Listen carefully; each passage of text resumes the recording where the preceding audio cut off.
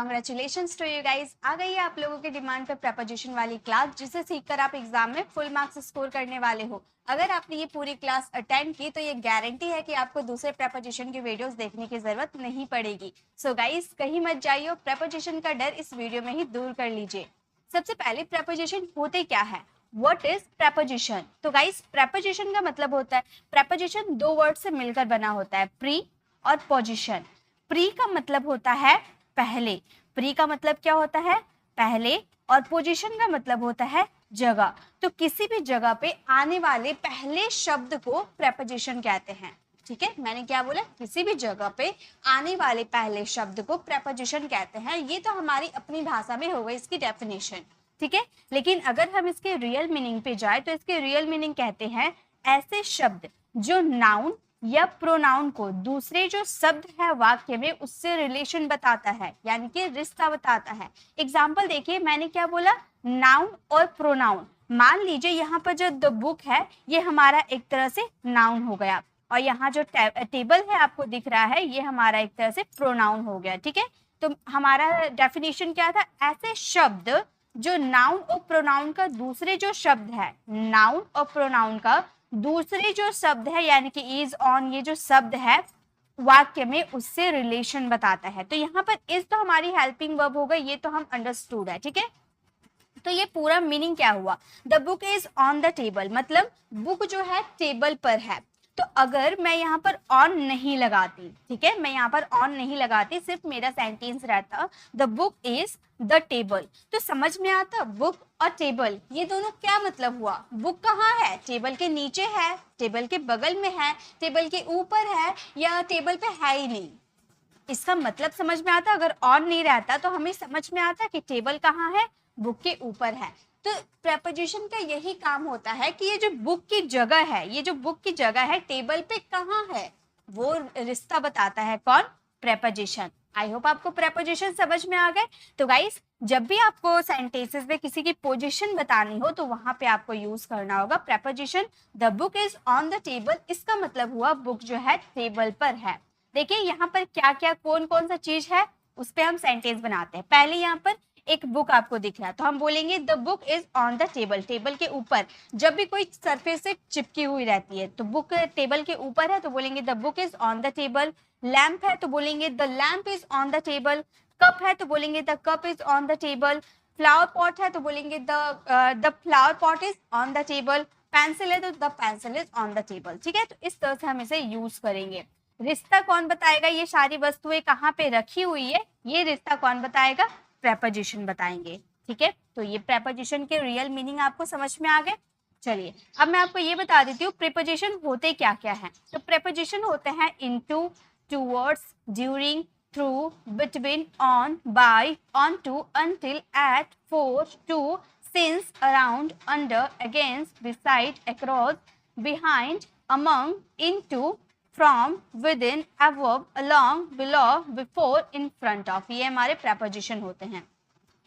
अब यहाँ पर हम प्रपोजिशन कैसे, प्रपोजिशन को भी डिवाइड किया गया है। प्रपोजिशन को कैसे डिवाइड किया गया है, प्रपोजिशन ऑफ डायरेक्शन, यानी कि कोई वस्तु किस डायरेक्शन में रखी हुई है ये अगर आपको बतानी हो तो वहां पे आप प्रपोजिशन ऑफ डायरेक्शन को यूज कीजिएगा। डायरेक्शन में भी बहुत सारे प्रपोजिशन आते हैं। फिर बात करेंगे प्रपोजिशन ऑफ टाइम, यानी कि टाइम बताने वाले प्रपोजिशन कौन कौन से होते हैं और कैसे कैसे होते हैं वो देखेंगे। उसके बाद प्रपोजिशन ऑफ प्लेस, यानी कि कोई वस्तु किस जगह पे रखी हुई है वो प्लेस बताने के लिए कौन कौन से प्रपोजिशन का यूज करेंगे वो देखेंगे। और स्पेशल रिलेशन, स्पेशल रिलेशन यानी कि प्रपोजिशन के कुछ खास खास ऐसे प्रपोजिशन होते हैं ना जो बहुत ही ज्यादा इंपॉर्टेंट होते हैं हमारे डेली कॉन्वर्सेशन के लिए। रिटन की बात करो या स्पीकिंग की बात करो, बहुत ही ज्यादा जरूरी होते हैं। तो स्पेशल रिलेशन में बहुत सारे प्रपोजिशन आते हैं, तो एक एक करके हम सभी सीखने वाले हैं। ठीक है, सबसे पहले हम बात करेंगे preposition of place. Preposition of place यानी कि हम किसी जगह, कोई वस्तु की जगह बताएंगे तब हम इन प्रीपोजिशन का यूज करेंगे। तो सबसे पहले हम बात करेंगे इनक्लोज्ड एरिया की। इनक्लोज्ड एरिया का मतलब होता है कोई बंद एरिया, कोई बंद जगह। ठीक है, इनक्लोज्ड एरिया यानी कि कोई बंद जगह, कवर एरिया। ठीक है, तो इनक्लोज्ड एरिया में सबसे पहले कौन प्रीपोजिशन आते हैं, इन आते हैं। ठीक है, इनक्लोज्ड एरिया। जब भी आपसे कोई बोलेगा कि इनक्लोज्ड एरिया के लिए कौन सा प्रेपोजिशन का यूज कर सकते हैं, तो आप आंख बंद करके बोलना है कि इन का यूज किया जाता है इनक्लोज्ड एरिया बताने के लिए। ठीक है, तो use in when something is inside something, यानी कि कोई वस्तु किसी चीज के अंदर है। ठीक है, किसी चीज में है। जैसे कि देखिए यहाँ पर आपको पिक्चर में आपको एक लड़की दिख रही है, तो ये क्या है, एक तरह से एक कमरा है ना। ये क्या है, एक कमरे में बैठी हुई है, इस तरह से एक कमरा बना पड़ा है। ये कमरा है, कमरा क्या होता है, इनक्लोज होता है, यहाँ से एक दरवाजा होता है, ऐसे ही होता है ना, कमरा चारों तरफ से घिरा होता है, एक तरफ से उसका दरवाजा होता है। तो ये कमरे में बैठी स्टडी कर रही है, यानी कि पढ़ाई कर रही है, और मैंने इसे कॉल किया और मैंने इससे पूछा कि तुम क्या कर रही हो, तुम कहाँ हो। मैंने इससे पूछा तुम कहाँ हो, तो ये मुझे जवाब देगी I am in the room. I am in the room, in क्यों लगाएगी, ये बोलेगी मैं कमरे में हूं। तो कमरा क्या होता है, एक इनक्लोज्ड एरिया होता है। और मैंने क्या बोला, इनक्लोज्ड एरिया के लिए कौन सा प्रेपोजिशन यूज करना है, इन का यूज करना है। तो जब भी आप एक इनक्लोज्ड एरिया की बात करो, तो मैंने इस लड़की से पूछा तुम कहाँ हो, तो ये लड़की ने मुझे क्या जवाब दिया, मैं कमरे में हूँ। मान लो आप किचन में हो, ठीक है, किचन भी एक इनक्लोज्ड एरिया होता है ना, किचन भी दीवारों से घिरा हुआ होता है, एक इनक्लोज्ड एरिया होता है। तो मैंने पूछा कि तुम कहाँ हो, तो आप बोलोगे आई एम इन द किचन, मैं किचन में हूँ, आई एम इन द किचन। या फिर मैं डाइनिंग रूम में हूँ, आई am in the dining room. या फिर मैं क्लास में हूँ, तो क्लास भी घिरा रहता है, चारों ओर से घिरा हुआ रहता है, एक तरफ से दरवाजा रहता है ना। तो आप क्लास में अगर रहोगे तो भी आप बोलोगे आई am in the class. Got it, समझ में आ गया। जब इनक्लोज्ड एरिया की आप बात करोगे तो वहां पे हमेशा आप यूज करना इन का। चलिए अब आगे देखते हैं।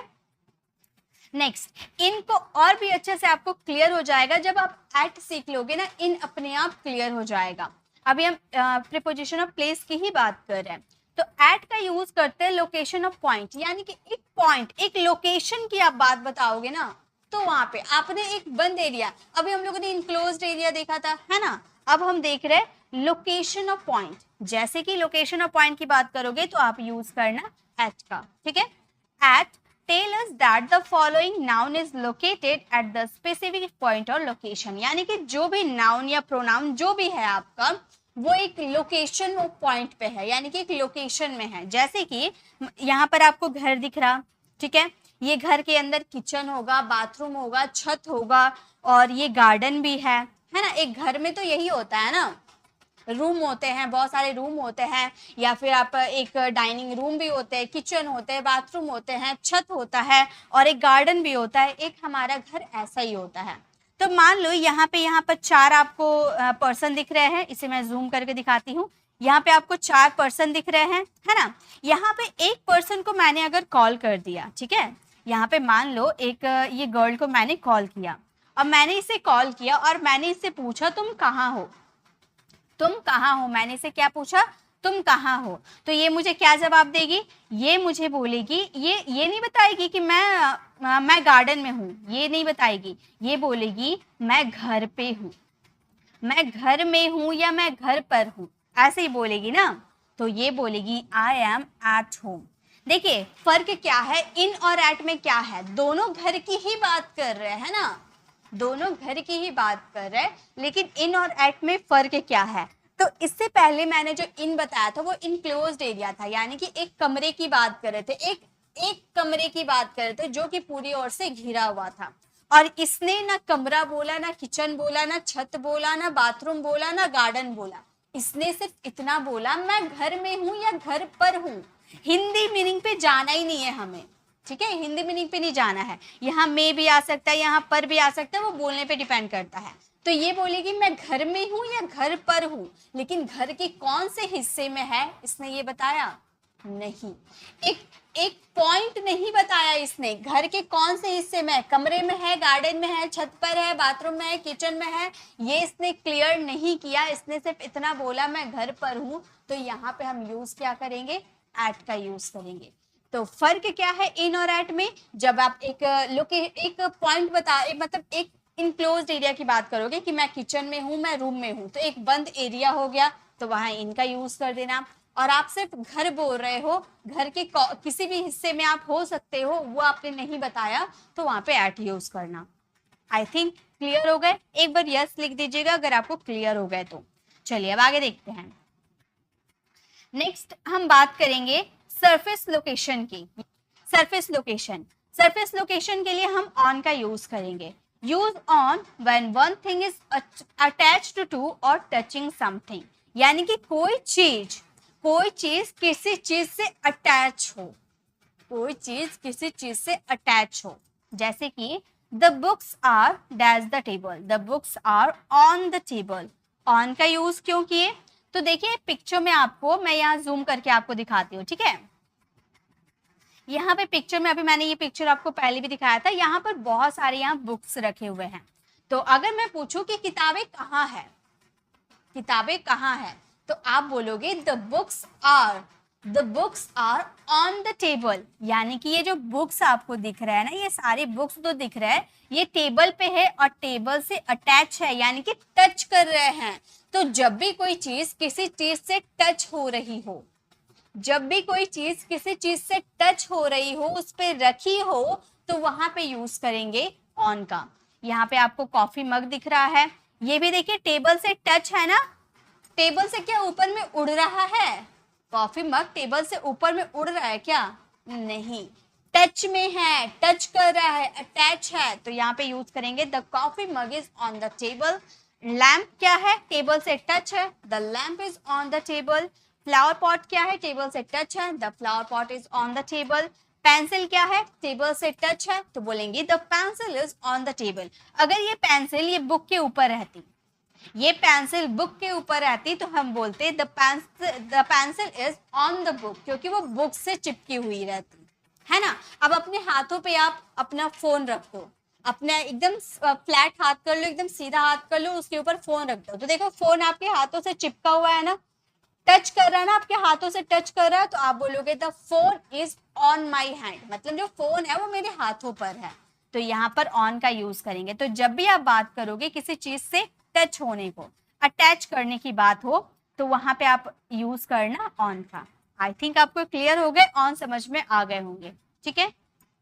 चलिए अब आगे देखते हैं। नेक्स्ट, अब हम लोगों ने प्रेपोजिशन ऑफ प्लेस की बात कर लिया, अब हम बात करेंगे preposition of time. Preposition of time, जैसे कि अभी मैंने आपको एट, इन, ऑन बताया ना, वही टाइम के लिए भी यूज होता है। प्रेपोजिशन ऑफ प्लेस के लिए भी एट, इन, ऑन का यूज होता है, और प्रेपोजिशन ऑफ टाइम के लिए भी एट, इन, ऑन, ये सभी का यूज होता है, ठीक है। तो प्रेपोजिशन ऑफ टाइम में पहला पॉइंट है एट, एटी, एट, ठीक है, जो कि हम किसी लोकेशन ऑफ पॉइंट के लिए यूज कर रहे थे, है ना, प्लेस में। सबसे पहले है क्लॉक। क्लॉक की हम बात करें, यानी कि टाइम, क्लॉक मीन्स टाइम, तो जैसे कि ये इसका पॉइंट है क्लॉक। जब भी आप टाइम की बात करो, जैसे at 5 o'clock, at 3:30 PM, at 7:30 AM, इस तरह से आप टाइम बताते हो ना, तो जब भी आप बताओगे कि 5 बज रहे हैं, 3:30 बज रहे हैं, 7:30 बज रहे हैं, आप जब भी टाइम बताओगे इंग्लिश में, तो वहां पे आप यूज करना एट का, ठीक है। जब भी आप इंग्लिश वाले सेंटेंसेस बनाओगे तो टाइम के साथ आप यूज करना एट का। Got it. नाइट, नाइट यानी कि जब भी आप बात करो नाइट की, जब भी आप बात करोगे नाइट की, वहां पर यूज करना एट। एकदम याद कर लो ये सारी चीजें, ठीक है। जब भी आप बात करोगे नाइट की तो एट यूज होगा। जैसे my brother comes late at night, यानी कि मेरा भाई जो है अक्सर, मतलब अक्सर मेरा भाई लेट घर आता है, मेरा भाई लेट घर आता है, तो नाइट की जब भी बात करेंगे एट का यूज करेंगे, ठीक है। जैसे नेक्स्ट है हॉलीडेज। हॉलीडेज जैसे कि at the weekend, at the Christmas, तो इस तरह से हम at the weekend, Christmas use करेंगे ना, तो वहां पर एट का आप यूज कर सकते हैं। ये सारी याद करने की चीजें हैं, ठीक है। नेक्स्ट देखिए, नेक्स्ट है हमारा पॉइंट इन। इन का यूज कैसे किया जाता है प्रेपोजिशन ऑफ टाइम में? जब आप बात करो मंथ्स की, मंथ्स यानी कि महीना, जब भी आप बात करो मंथ्स की, जैसे कि इन जुलाई, इन अक्टूबर, इन फरवरी, इन मार्च, तो जब भी आप मंथ्स की बात करो, जो भी हमारा 12 मंथ्स होते हैं ना, उनकी बात करोगे, तो वहां पे आपको इन का यूज करना होता है। याद कर लो, ठीक है। ये सारे याद करने के लिए, ये सारे आपको लर्न करने हैं। इसकी पीडीएफ आपको फ्री ऑफ कॉस्ट हमारे टेलीग्राम चैनल पर मिल जाएगी। हमारे टेलीग्राम चैनल का नाम है pre English classes. Pre English classes आप सर्च करोगे टेलीग्राम पर, या फिर इसका लिंक डिस्क्रिप्शन में दिया गया है, उस पर क्लिक करके भी आप हमारे टेलीग्राम चैनल पर चले जाओगे। वहाँ पर आप हमें फॉलो कर लीजिएगा और पर डे की पीडीएफ आपको वहाँ पर फ्री ऑफ कॉस्ट मिल जाएगी, और इसकी भी पीडीएफ आपको वहीं से मिल जाएगी। ठीक है, तो जब भी आप बात करोगे मंथ्स की, इन जुलाई, इन अक्टूबर, इस तरह से इनका यूज करना। सीजन्स की बात करोगे, जैसे सीजन्स यानी कि समर, विंटर, रेनी सीजन्स, ये सारे सीजन्स होता है ना, सीजन से पहले भी आपको इनका यूज करना, इन समर, इन विंटर। ठीक है, part of the days, part of the days यानी कि जो एक दिन में जो होता है, मॉर्निंग, आफ्टरनून, नून, इवनिंग, नाइट, मिड नाइट, ये जो हमारा पार्ट ऑफ द डे होता है ना, जैसे in the morning, in the evening.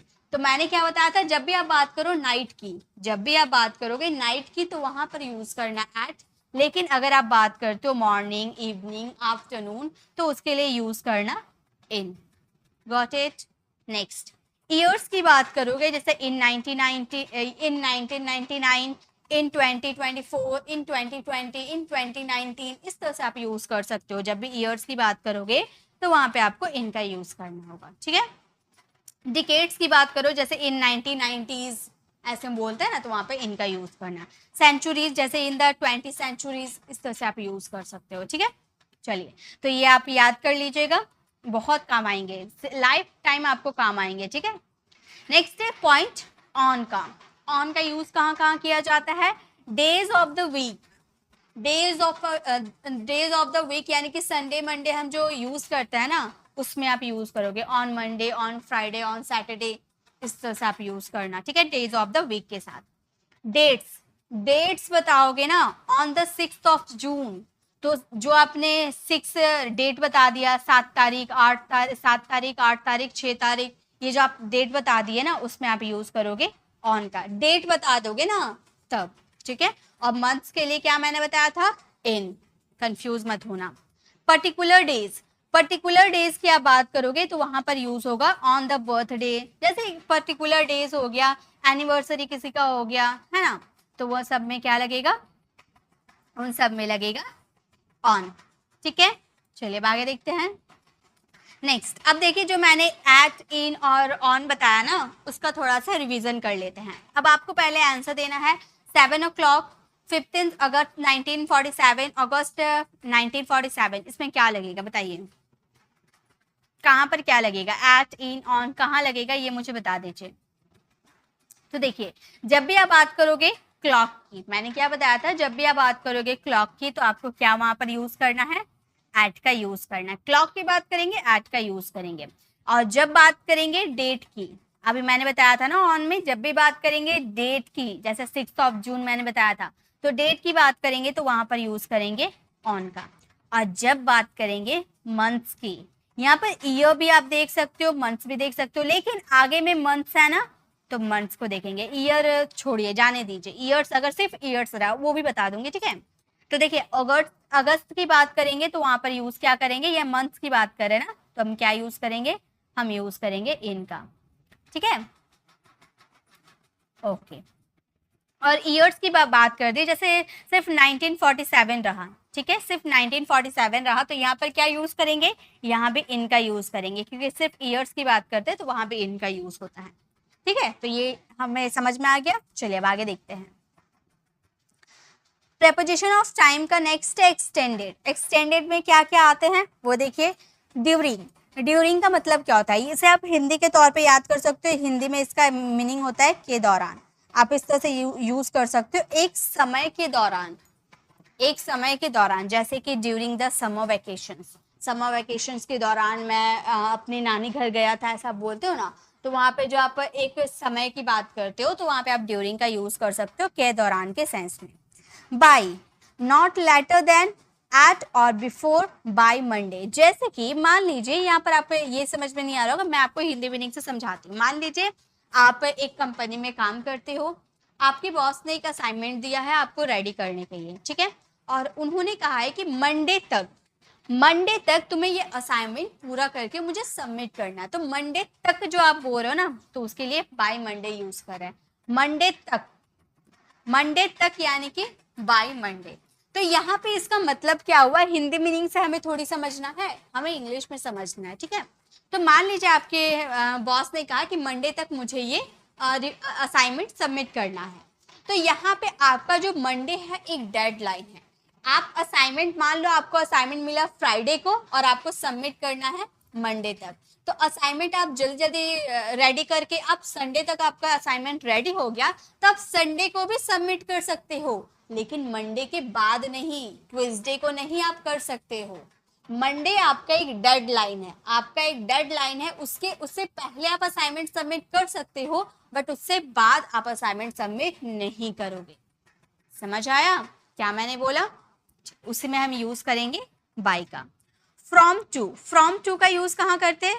From और टू का यूज करते हैं जैसे कि एक समय से लेकर दूसरे समय तक की बात करते हैं ना, जैसे फ्रॉम 10 AM to 5 PM, मतलब मेरा ऑफिस का टाइमिंग है 10 बजे से लेकर 5 बजे तक, ठीक है। चलिए अब आगे देखते हैं। नेक्स्ट अब बात करेंगे फॉर सिंस। फॉर का यूज करते हैं ड्यूरेशन ऑफ टाइम के लिए। ड्यूरेशन ऑफ टाइम यानी कि आपका जो भी ड्यूरेशन है, एक पीरियड है, use to show an amount of time, यानी कि फिक्स टाइम आपको नहीं दिया। जैसे कि मैं बोल रही हूँ मैं 2 घंटे से पढ़ा रही हूँ, 2 घंटे पहले कितने बज रहे थे मुझे ये पता नहीं है, 2 घंटे पहले कितने बज रहे थे मुझे ये नहीं पता है, तो वहां यूज करेंगे फॉर का, ठीक है। मैंने बोला 2 घंटा, 3 साल से मैं अंग्रेजी पढ़ा रही हूँ, 3 साल पहले कौन सा ईयर था हमें कैलकुलेट करना पड़ेगा ना, तो वहां पे यूज करना फॉर। और सिंस का यूज करते हैं सिंस मॉर्निंग, सिंस 3 o'clock। तो यहाँ पे जब आप एक टाइम ही बता दोगे, जैसे मैं सुबह से पढ़ रही हूँ तो आपको पता चल गया ना कब से पढ़ रही हूँ, सुबह से। मैं 3 बजे से पढ़ रही हूँ तो आपको पता चल गया ना कब से पढ़ रही हूँ, 3 बजे से। मैं 2015 से अंग्रेजी सिखा रही हूँ, कब से सिखा रही हूँ, 2015 से। तो एक पॉइंट ऑफ टाइम आप बता दोगे, एकदम फिक्स टाइम बता दोगे, तो वहां सिंस का यूज करना। लेकिन आपने एक लगभग में जवाब दिया कि 2 घंटा, 5 साल, 3 साल, ऐसे में जवाब दिया, तो वहां पर फॉर का यूज करना। ओके, चलिए आगे देखते हैं। अब प्रीपोजिशन ऑफ टाइम की बात हो गई, अब बात करेंगे प्रीपोजिशन ऑफ डायरेक्शन। डायरेक्शन यानी कि दिशा बताने के लिए कौन कौन से प्रीपोजिशन का यूज कर सकते हैं। Movement to a surface, on, into, मतलब मूवमेंट करना है, सरफेस पे मूवमेंट करना है। The cat jumped dash the table. मान लो ये जो कैट आपको ये दिख रही है ना, मान लो थोड़ी देर पहले वो यहाँ पर बैठी हुई थी, ये सरफेस है एक, ये हमारा फ्लोर है, यहाँ पर ये कैट बैठी हुई थी। अब इसका मूड चेंज हो गया, इसने देखा कि ये जो टेबल है ना ये पूरा खाली है, इस पे कोई बैठा हुआ नहीं है, तो इसने क्या किया, यहाँ से जंप किया और जंप करके यहाँ पर जाके बैठ गई। ठीक है, क्या समझे आप? पहले एक सरफेस से बैठी हुई थी, तो यहाँ पे फ्लोर पे बैठी हुई है ना, तो यह सेंटेंस हम बोल सकते हैं the cat is sitting on the floor, क्योंकि वो फ्लोर से चिपकी हुई है ना। मैंने बताया था ना, ऑन में मैंने बताया था सरफेस से चिपका होना, तो ये फ्लोर से चिपकी हुई थी, तो बोलेंगे the cat is sitting on the floor. अब इसने क्या किया, यहाँ से जंप करके टेबल पे चली गई, तो देखिए टेबल के सरफेस को टच कर रही है, लेकिन सरफेस को तो टच कर रही है, लेकिन एक मूवमेंट, एक गति के साथ गई ना। पहले तो वो जमीन पर थी, फिर उसने जंप करके गई, तो कोई चीज मूवमेंट के साथ जाकर किसी सरफेस को टच करता है, कोई चीज मूवमेंट यानी कि गति के साथ जाकर कोई सरफेस को टच करता है, तो वहां पर यूज होता है ऑन टू का।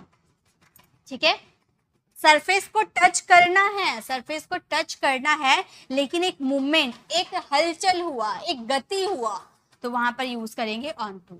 ठीक है, लेकिन अगर हम बोलिए the cat is sitting dash the table, cat क्या टेबल पर बैठी हुई है, यानी कि ऑन द टेबल, टेबल पर बैठी हुई है, यानी कि पहले से ही बैठी हुई है, यहाँ पर खुदकने की बात नहीं हो रही है, जंप करके बैठी है ऐसा कुछ नहीं बोला गया है, सिर्फ इतना बोला गया है कि बैठी है, तो बैठी है तो सरफेस को टच कर रही है, इसीलिए यूज करेंगे ऑन। तो एक मूवमेंट के साथ अगर जाके सरफेस को टच कर रही है, ये अगर आपको बतानी हो तो ऑन टू का यूज करेंगे। ठीक है, और अगर पहले से ही वो किसी सरफेस को टच कर रही है तो वहां पे ऑन का यूज करेंगे। ठीक है, चलिए अब आगे देखिए। नेक्स्ट है movement towards an enclosed area, into, enclosed area यानी कि बंद एरिया, उसके लिए इन का यूज होता है, मैंने बताया था। सेंटेंस देखिए, the cat is going dash the table, the cat is dash the box, sorry यहाँ बॉक्स है, ठीक है, the cat is going dash the box. मान लो ये जो कैट है पहले ये फ्लोर पे बैठी हुई थी, यहाँ पे ऑन नहीं, हम इन और इनटू देख रहे हैं, ठीक है, ऑन नहीं देख रहे, ऑन ऑन टू आपको क्लियर हो गए, इन इनटू आप समझ लो। तो ये पहले यहाँ बैठी हुई थी, इसने देखा यहाँ पर एक खाली बॉक्स पड़ा है, तो इसने क्या किया, यहाँ से वो जंप करके गई और ये खाली बॉक्स में जाकर घुस गई। तो इसने एक खुले एरिया से जंप करके एक इनक्लोज्ड एरिया में जा रही है। अभी ऑन में क्या देखा था हम लोगों ने, क्या ये इनक्लोज्ड एरिया था, ये जो कैट इस पे गई है, क्या ये इनक्लोज्ड एरिया में गई है, नहीं, इनक्लोज्ड एरिया में नहीं है, इसीलिए ऑन टू का यूज किए। लेकिन यहाँ पे जो कैट वो जा रही है ये एक इनक्लोज्ड एरिया में गई है। एक बॉक्स इनक्लोज्ड एरिया होता है, बंद एरिया होता है, तो ये खुले एरिया से जाकर बंद एरिया में गई है, तो यहाँ पर यूज करेंगे इनटू। हम बोलेंगे the cat is going into the box, ये जो कैट है वो बॉक्स के अंदर गई। एक मूवमेंट हुआ, एक गति हुआ, गति के साथ एक इनक्लोज्ड एरिया में गई, गति के साथ एक इनक्लोज्ड एरिया में गई, तो यूज करेंगे इनटू। लेकिन मान लो ये बिल्ली पहले से ही बॉक्स में रहती है, इसमें मूवमेंट नहीं हो रहा, ठीक है, पहले यहां से यहां गई ऐसा मैं नहीं बोल रही हूं, ये पहले से ही बॉक्स के अंदर है, पहले से ही है। हाँ, बॉक्स के अंदर वो हिल डुल सकती है, बॉक्स के अंदर हिल डुल सकती है, लेकिन इसने अपना सरफेस नहीं चेंज किया, ये पहले से ही बॉक्स के अंदर है, तो बोलेंगे the cat is in the box, the cat is in the box, मतलब बॉक्स के अंदर बिल्ली है, ठीक है। तो गति के साथ अगर आप इनक्लोज्ड एरिया में जाते हो, जैसे मान लो आपने केक के लिए पूरा रेडी कर लिया, अब केक को आपने उठाया और ओवन में डालने जा रहे हो, तो आप एक खुले एरिया से ओवन में डाल रहे हो, ओवन एक इनक्लोज्ड एरिया होता है, उसमें डालोगे तो एक मूवमेंट के साथ इनक्लोज्ड एरिया में जा रहा ना, तो वहां यूज करेंगे इनटू का, ठीक है, वहां यूज करेंगे इनटू का। तो ये क्लियर है, तो हम बोलेंगे the cat is in the box, the cat is going into the box. चलिए अब आगे देखिए, अब है मूवमेंट टू अ डेस्टिनेशन, मंजिल की बात करेंगे, टूवर्ड्स, जैसे कि आई एम गोइंग डैश ताजमहल। अगर मैं आपसे पूछूं आप कहाँ जा रहे हो, आप कहाँ जा रहे हो, तो आप बोलोगे मैं ताजमहल जा रहा हूँ, यानी कि मेरी मंजिल है ताजमहल, मेरी मंजिल है ताजमहल, तो मैं बोलूंगी I am going to Taj Mahal. यहाँ पर मैं थी और यहाँ से मैंने ताजमहल गई, मेरी मंजिल है, मैं ताजमहल ही जा रही हूँ। लेकिन अगर मैं बोलूँ आई am going towards Taj Mahal, toward use करो या टूवर्ड्स यूज करो, बात एक ही है। टूवर्ड्स अगर मैं लगा दूंगी तो मेरा मतलब हो जाएगा मैं ताजमहल की ओर जा रही हूँ, तो मतलब मान लो ताजमहल से होते हुए मैं इधर चली गई, है ना, ताजमहल से होते हुए जा रही हूँ ना, ताजमहल से होते हुए जा रही हूँ। तो अगर मुझे ताजमहल नहीं जाना होगा, ताजमहल के बगल में एक बढ़िया सा रेस्टोरेंट है, मुझे वहां पर खाना खाने जाना होगा और मुझे कोई पूछेगा कि तुम कहाँ जा रहे हो, तो मुझे वो रेस्टोरेंट का नाम नहीं पता होगा, तो मैं बोलूंगी कि मैं ताजमहल की तरफ जा रही हूँ। मैंने उसे ये नहीं बताया कि मैं रेस्टोरेंट जा रही हूँ, नहीं तो वो भी मेरे साथ चल पड़ेगा, मैंने ये नहीं बताया, मैंने सिर्फ इतना बोला कि मैं ताजमहल की तरफ जा रही हूँ, तो मैं बोलूंगी I am going towards the Taj Mahal. अगर मेरी डेस्टिनेशन होगी ताजमहल ही जाना, तो वहां पर यूज करेंगे टू, लेकिन मैं ताजमहल से होते हुए कहीं जाऊंगी तो वहां पर यूज करेंगे टूवर्ड्स। आई थिंक क्लियर है। चलिए अब आगे देखते हैं। नेक्स्ट हमारा प्रेपोजिशन है, स्पेशल रिलेशन का प्रेपोजिशन आ गया, ठीक है। स्पेशल रिलेशन का limits along and around, along और around में क्या है, he is walking dash the road, he is walking dash the road। एक में हम यूज करेंगे along का और एक में हम यूज करेंगे around का, ठीक है, एक में यूज करेंगे along का और एक में यूज करेंगे around का। अब ये मतलब क्या हुआ, along और around का मतलब क्या होगा मैम, ये भी बता दीजिए। चलिए ये भी बता देती हूँ। देखिए यहाँ पर आपको एक सीधा रोड दिख रहा है ना, ये एक सीधा रोड है, कहीं से भी टर्न करने का ऑप्शन नहीं है, सीधा है। तो ये जो आदमी है ये रोड के क्या करेगा, सीधा सीधा जाएगा ना। जब आप रोड के अगर सीधे सीधे जा रहे हो, मान लो आपका यहाँ पर आपका फ्रेंड का एक घर है, ठीक है, आपका फ्रेंड का यहाँ पर घर है, ठीक है, तो आप क्या करोगे, रोड के सीधे सीधे जाओगे ना, रोड के सीधे, ऐसे थोड़ी ना जाओगे, ऐसे मुड़ मुड़ के थोड़ी ना जाओगे, ऐसे मुड़ मुड़ के थोड़ी ना जाना है आपको, नहीं, रोड सीधा है तो आप सीधा जाओगे, तो वहां पर यूज करना अलोंग का। लेकिन मान लो आप सीधा जा रहे हो और यहाँ पर किसी कार का एक्सीडेंट हो गया है, रोड का बीच में ही किसी का एक्सीडेंट हो गया है, तो आप क्या करोगे, आप क्या ऐसे सीधा निकलते हुए जाओगे, पूरा जो कार और है उस पर चढ़कर आप चले जाओगे, नहीं, आपको क्या करना होगा, सीधा जाओगे, फिर आप ऐसे टर्न करके जाओगे ना, मुड़ कर जाओगे ना, सीधे सीधे नहीं जाओगे, थोड़ा मुड़ कर जाओगे, तो वहां पर यूज करना अराउंड का। तो जब आप रोड के सीधे सीधे जा रहे हो, मान लो आप दौड़ रहे हो, बीच में एक लकड़ी का टुकड़ा पड़ा हुआ है, बड़ा सा लकड़ी का टुकड़ा पड़ा हुआ है, तो आप दौड़ रहे हो, सीधे सीधे दौड़ रहे हो और बीच में लकड़ी का टुकड़ा देख लिए, तो क्या आप वहां से साइड होके जाओगे ना, इतना बड़ा है कि आप उसे जंप नहीं कर सकते, ठीक है, पूरा पेड़ ही गिर गया है, तो आप उसे जंप नहीं कर सकते, तो आप सीधा सीधा जाओगे, फिर टर्न होके जाओगे, तो वहां पे यूज करना अराउंड का। अगर आप सीधे सीधे जाओगे तो अलोंग, और आप टर्न होके घूम फिर के जाओगे तो वहां पर अराउंड का यूज करेंगे, ठीक है। चलिए अब आगे देखिए, नेक्स्ट है relative position, a verb over. देखिए, the clock is above the table, the clock is above the table, the dog jumped over the fence। अब यहाँ पर above मैंने लगा दिया, यहाँ over लगा दिया, मैम आपने समझाया नहीं, आपने लगा दिया, अब मैं समझाती हूँ। the clock is above the table, आपको यहाँ पर clock दिख रहा, यहाँ पर टेबल दिख रहा, तो इसका मतलब होता है ऊपर, above का मतलब भी होता है ऊपर। मैं आपको हिंदी नहीं समझा रही हूँ, ठीक है, हिंदी से नहीं समझा रही हूँ, बस थोड़ा सा आप ध्यान दीजिए। तो above का मतलब हो गया ऊपर, तो यहाँ पर बोला गया the clock is above the table, यानी कि जो घड़ी है टेबल से ऊपर है, सही बात है ना, टेबल से ऊपर है तो घड़ी, लेकिन क्या घड़ी सीधे में है, नहीं, ये थोड़ा तिरछे में है।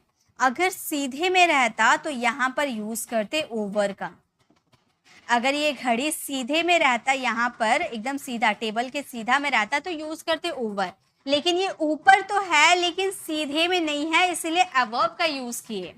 The dog jump over the fence, अब ये जो फेंस आपको दिख रहा है, अब डॉग इस पे से जंप करेगा, तो ये जंप करेगा तो फेंस के सीधे में आएगा ना, फेंस के ऊपर आएगा तो एकदम फेंस के सीधे में आएगा ना, तो वहां पे यूज करेंगे ओवर। जैसे कि यहाँ सोफा है, सोफा का सिधाई में है क्लॉक, है ना, सोफा के सिधाई में है क्लॉक, तो हम बोल सकते हैं the clock is over the clock is over the sofa, the clock is over the sofa मतलब सोफा के ऊपर में है, ठीक है। तो अगर ऊपर में रहे, एकदम टेबल के सीधे में रहे, तो वहां पर यूज करना ओवर। अगर ऊपर तो है लेकिन सीधे में नहीं है, साइड में हो सकता है, दूर हो सकता है ना, लेकिन सीधा में नहीं है, तो यूज करना above का। ओके, चलिए अब आगे देखते हैं। नेक्स्ट है रिलेटिव प्रोनाउन अंडर। अंडर का मतलब होता है नीचे, ये सभी को पता है। The cat is dash the box, the cat is under the box. Under मतलब ये जो बॉक्स के नीचे में है, नीचे में है लेकिन दिखाई दे रही है ना, नीचे बॉक्स के नीचे है लेकिन दिखाई दे रही है, तो यूज करेंगे अंडर का। अगर ये बॉक्स के नीचे रहती लेकिन दिखाई नहीं देती तो यूज करते बीनीथ का। नीचे रहती लेकिन दिखाई नहीं देती तो यूज करते बीनीथ का, लेकिन ये नीचे है दिखाई दे रही है तो यूज करेंगे अंडर का, ठीक है। नेक्स्ट है रिलेटिव पोजीशन बिलो। बिलो का मतलब होता है नीचे, अभी अंडर का मतलब भी नीचे था ना, लेकिन नीचे था दिखाई दे रहा था तो वहां यूज किए अंडर। नीचे रहता दिखाई नहीं देता तो यूज करते बीनीथ। और यहाँ पर बात करेंगे लेबल की। अब देखिए, बिल्ली का लेबल ऊंचा में है और बॉक्स नीचे में है ना, तो यहाँ पर लेबल की बात करें, the box is below the cat, यानी कि जो बॉक्स है कैट से नीचे है ना, ये जो बॉक्स है कैट से नीचे है, तो जब भी आप लेबल की बात करोगे तो वहां यूज करना बिलो का। जैसे मान लो यहाँ पर चेयर है, यहाँ पर आपका भाई बैठा हुआ है और आप नीचे जमीन पर बैठे हुए हो, तो लेबल में यहाँ पर आपका लेबल है और यहाँ आपका भाई का है, तो लेबल में आपका भाई आपसे ऊंचा है ना, तो आप नीचे हैं तो यूज करना बिलो, आप नीचे है तो यूज करना बिलो का। तो लेबल में अगर कोई चीज नीचे रहता है तो यहाँ यूज करते हैं बिलो का। नेक्स्ट है बिटवीन अमंग। बिटवीन का मतलब होता है बीच और अमंग का मतलब होता है बीच। बिटवीन का मतलब होता है दो वस्तु दो व्यक्तियों के बीच, दो वस्तु दो व्यक्तियों के बीच। और अमंग का मतलब होता है दो से अधिक के बीच, दो से अधिक व्यक्ति या वस्तुओं के बीच। ठीक है, जैसे the red box dash green और येलो बॉक्सेस, ये जो रेड बॉक्स है ये ग्रीन और येलो के बीच में है ना, यानी कि दो बॉक्स के बीच में है, दो वस्तु के बीच में है, तो यूज करेंगे बिटवीन। दो व्यक्ति या दो वस्तु के बीच में कोई चीज रहे तो वहां यूज करेंगे बिटवीन। आप बैठे हुए हो अपने दोनों भाई के बगल में, तो दो भाई के बगल में आप बैठे हुए हो, दो व्यक्ति के बगल में बैठे हो, तो बिटवीन का यूज करना। I am stand dash the boxes, I am stand among the boxes। मान लो यहाँ पे आपको ये आदमी दिख रहा होगा, मैंने इसे कॉल किया, मैं यहाँ पर पूछूंगी इससे कि तुम कहाँ हो, तुम क्या कर रहे हो, तुम कहाँ हो, तो ये बोलेगा I am stand among the boxes, यानी कि मैं कई सारे बॉक्सेस के बीच में हूँ। ठीक है, यानी कि ये बॉक्स क्या दो ही बॉक्स है, दो से अधिक बॉक्स है ना, दो से अधिक बॉक्स है, तो दो से अधिक बॉक्सेस के बीच में अगर आप रहोगे, दो से अधिक वस्तु हो गया या व्यक्ति हो गया, उसके बीच में अगर आप रहोगे तो यूज करना अमंग। दो के बीच में रहोगे बिटवीन, दो से अधिक के बीच में रहोगे अमंग। ओके, चलिए आगे देखिए। नेक्स्ट है इन front of, behind. In front of का मतलब होता है सामने और बिहाइंड का मतलब होता है पीछे। The cat is in front of box, in front of box. यहाँ पर जो बॉक्स है ये कैट सामने है ना, बॉक्स के सामने है, इसलिए हम बोले the cat is in front of box, यानी कि बॉक्स के सामने है बिल्ली। Okay, the cat is behind the box, the cat is behind the box, यानी कि जो कैट है बॉक्स के पीछे है, बॉक्स के पीछे वो है ना, दिखाई दे रही है लेकिन पीछे में है, इसीलिए बिहाइंड का यूज किया। ये आपको समझ में आ गया ना, पिक्चर मैंने इसीलिए दिया है ताकि आपको ये क्लियर हो पाए। नेक्स्ट है नियर फार फ्रॉम। नियर का मतलब होता है पास, नियर का मतलब होता है पास, और फार फ्रॉम का मतलब होता है दूर। The ball is near the box, the ball is near the box. ये जो बॉल आपको दिख रहा है ये देखिए सामने में है ना, एकदम पास में है, पास में है। ठीक है, पास में है, दूर नहीं है, पास में है, तो बोलेंगे the ball is near the box. और यहाँ पर बॉल देखिए बॉक्स से काफी दूर में है ना, तो यहाँ पर यूज करेंगे the ball is far from the box, far from the box. तो ये क्लियर है, अगर कोई चीज पास रहेगा तो नियर, दूर रहेगा तो फार फ्रॉम। ठीक है, नेक्स्ट है अक्रॉस थ्रू। अक्रॉस थ्रू दोनों का मतलब होता है के पार। I went dash the river, यहां पर आपको दिख रहा होगा, मैं इसे जूम करके दिखाती हूँ। ठीक है, यहां पर आपको दिख रहा होगा ये रिवर है, ये रिवर बह रही है। ठीक है, इन्होंने क्या किया, यहाँ से यहाँ पर बोट खड़ा हुआ था, यहाँ पर ये दोनों बैठे और इस पार से इस पार जा रहे हैं, है ना, इस पार से इस पार वो उनको जाना है। तो मैंने क्या बोला, अक्रॉस का मतलब होता है के पार, मतलब इस पार से उस पार वो जाएंगे, लेकिन इस पार से उस पार जा रहे खुले एरिया में है ना, एक खुले एरिया में पूरा आसमान दिख रहा है, पेड़ पौधे दिख रहे हैं, सन दिख रहा है, रिवर दिख रहा है, बोट दिख रहा है, मतलब एक खुला एरिया है। तो एक खुले एरिया में इस पार से उस पार जाओगे तो वहां पर यूज करना अक्रॉस का। एक खुले एरिया में इस पार से उस पार जाओगे तो यूज करना अक्रॉस का। सेकंड वाला देखिए, the ball went through the window, the ball went through the window, यहाँ पर मैं लगा देती हूँ अक्रॉस। ठीक है, थ्रू द विंडो, तो यहाँ पर देखिए ये विंडो है, एक कमरा है, कमरा का एक विंडो है।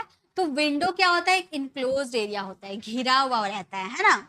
अब इसने क्या किया, ये जो बाहर आपको लड़का दिख रहा है, ये बाहर में फुटबॉल ये लोग खेल रहे थे, क्रिकेट खेल रहे थे, इन्होंने जोर से शॉट मारा, अब ये कांच तोड़ते हुए बॉल यहाँ पर आकर गिर गया।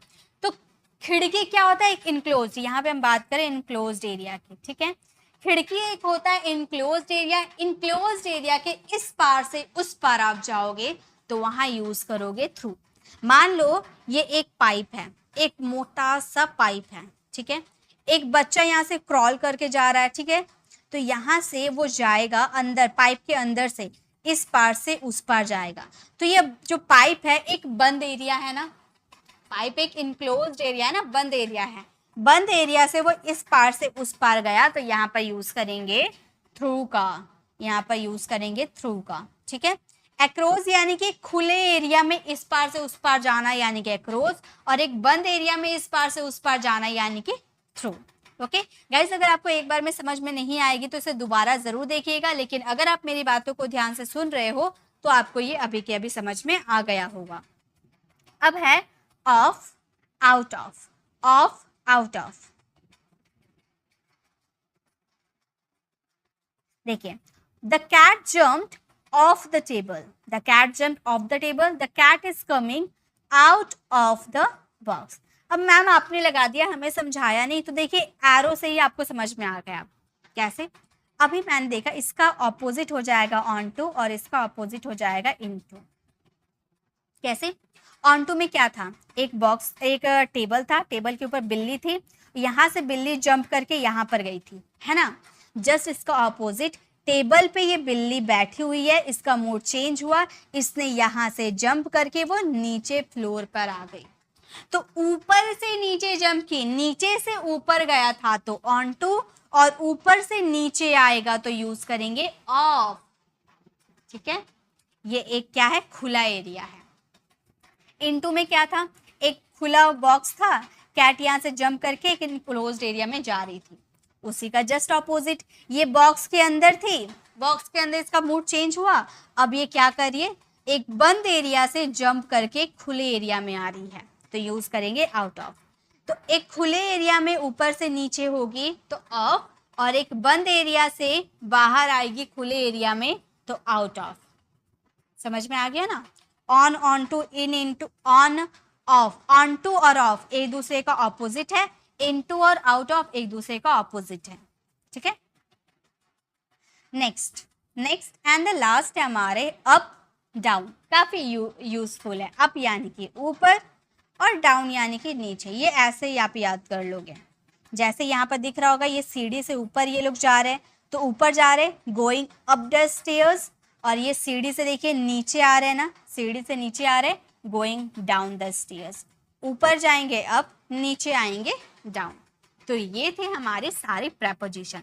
तो आई होप आपको ये सारे प्रेपोजिशन समझ में आ गए होंगे। आपको ये क्लास कैसी लगी कमेंट में ज़रूर बताइएगा। अगर आपको कोई प्रेपोजिशन में डाउट है तो वो भी कमेंट में ज़रूर बताइएगा। नेक्स्ट वीडियो उसी पे बेस्ड मैं ज़रूर लेकर आऊँगी। तो वीडियो कैसे लगी कमेंट में ज़रूर बताइएगा। अच्छी लगी तो लाइक कीजिएगा, अपने फ्रेंड फैमिली मेंबर को ज़रूर शेयर कीजिएगा। जो बच्चे हैं, जो स्कूल में हैं, जो कॉलेजेस में, जिनको प्रेपोजिशन में डाउट होती है, उन्हें भी ज़रूर शेयर कीजिएगा। ये स्पीकिंग के लिए भी इंपॉर्टेंट है और रिटर्न के लिए भी इंपॉर्टेंट है। तो इसे शेयर कर लीजिएगा ताकि अगर आपकी वजह से कोई सीख जाता है प्रेपोजिशन तो इसमें आपको काफ़ी खुश होना चाहिए। ओके, सो अगर आप हमारे चैनल पर नए, अगर आप ऐसे ही और भी प्रेपोजिशन की वीडियो चाहते हो, इसमें मैंने सारे प्रेपोजिशन कवर नहीं करवाए हैं। अगर आपको ऐसे ही और भी प्रेपोजिशन सीखना है तो लेफ्ट साइड क्लिक करके आप हमारे 1 घंटे वाले प्रेपोजिशन के वीडियोस देख सकते हो, और राइट साइड क्लिक करके आप हमारे प्लेलिस्ट में जाकर अगर आप 10 डेज लाइफ स्पीकिंग क्लास को ज्वाइन करना चाहते हो तो आप हमें डे फर्स्ट से सारी वीडियोस को विजिट कर सकते हो। अगर आप हमारे चैनल पर नए हो, मेरे पढ़ाने का तरीका आपको पसंद आया तो सब्सक्राइब कर आने वाले बेल आइकन को जरूर प्रेस करें ताकि रोज आने वाली वीडियोस की नोटिफिकेशन आपको समय पर मिलती रहे। मिलते हैं नेक्स्ट ऐसे इन्फॉर्मेटिव वीडियोस के साथ, तब तक के लिए कीप लर्निंग।